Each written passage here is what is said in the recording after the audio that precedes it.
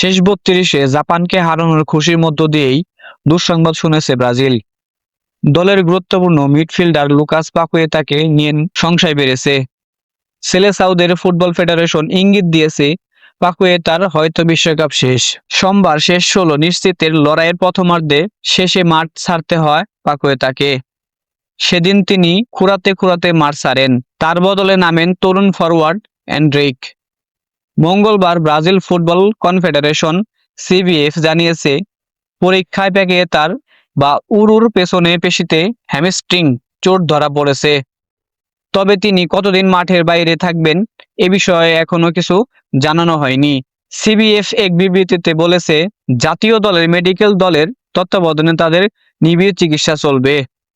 যত দ্রুত সম্ভব তাকে মাঠে ফেরানোর লক্ষ্যই এ চিকিৎসা দেওয়া হবে। এর আগে রাফিনিয়ার ইনজুরি নিয়ে চিন্তায় ছিল ব্রাজিল শিবির। এবার পাকুয়েতার চোট তাতে নতুন দুশ্চিন্তার কারণ হয়ে দাঁড়িয়েছে। কোচ কার্লো আনচেলত্তিকে এবার নতুন করে পরিকল্পনা সাজাতে হবে।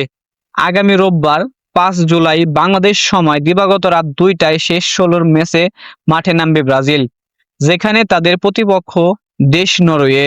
এই নরওয়ে আবার কখনো ব্রাজিলের কাছে হারেনি।